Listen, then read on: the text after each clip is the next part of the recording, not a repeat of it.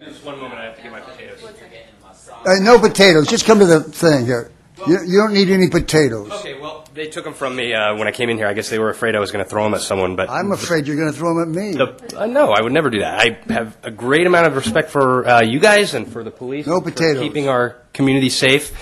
It's actually probably better that they hang on to them, because what I was going to do was hold up the potatoes and say to you that if it's the government's job to keep everyone safe from everything that might harm them, then the police should take these potatoes from me, because in this small bag of potatoes, it's a lethal amount of a toxic substance.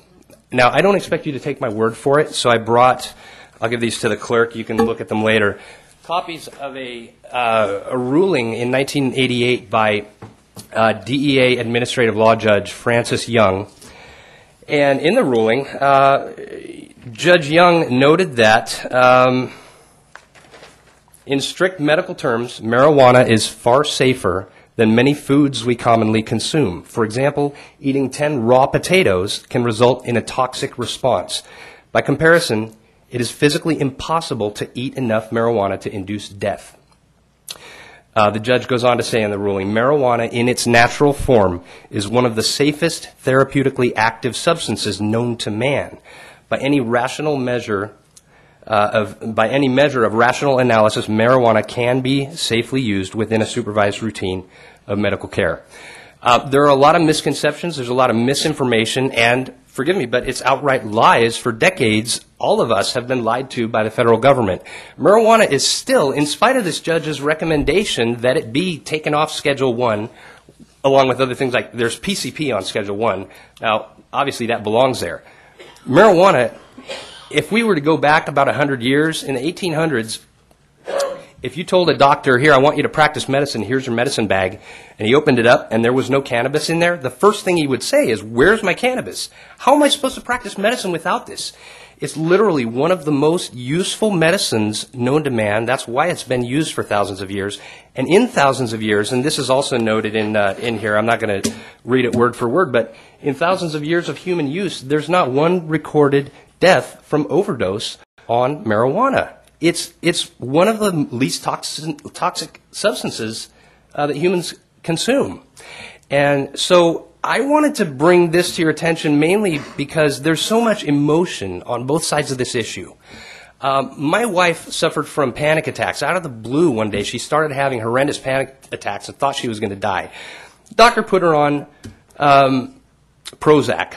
And after that, when that was causing her to be worse and really go crazy, then they tried Zoloft. And at some point, she started having, these psychotropic drugs, they're FDA approved, they're supposedly safe for human consumption. Someone earlier talked about the rate of suicide of veterans, 22 a day on average.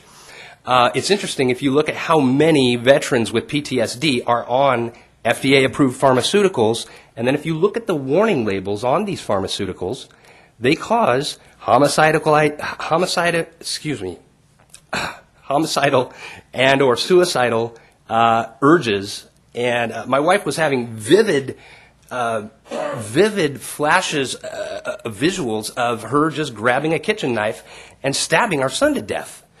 And even aspirin, I wanted to go to the store before this, along with my potatoes. I wanted to show you a travel-sized bottle of aspirin, because in that bottle, there's enough aspirin in there that if I were to take them all, I would kill myself. And it's ironic that the one substance, the one medical substance that is natural and absolutely safe for people to use with very few side effects, that's the one demonized by the government. That's the one, and I don't know if it's because the pharmaceutical companies don't like it and people could grow it in their backyard potentially or what. But it's amazing that this is the demon weed, when anything else that you buy that's FDA approved for human consumption is far more toxic.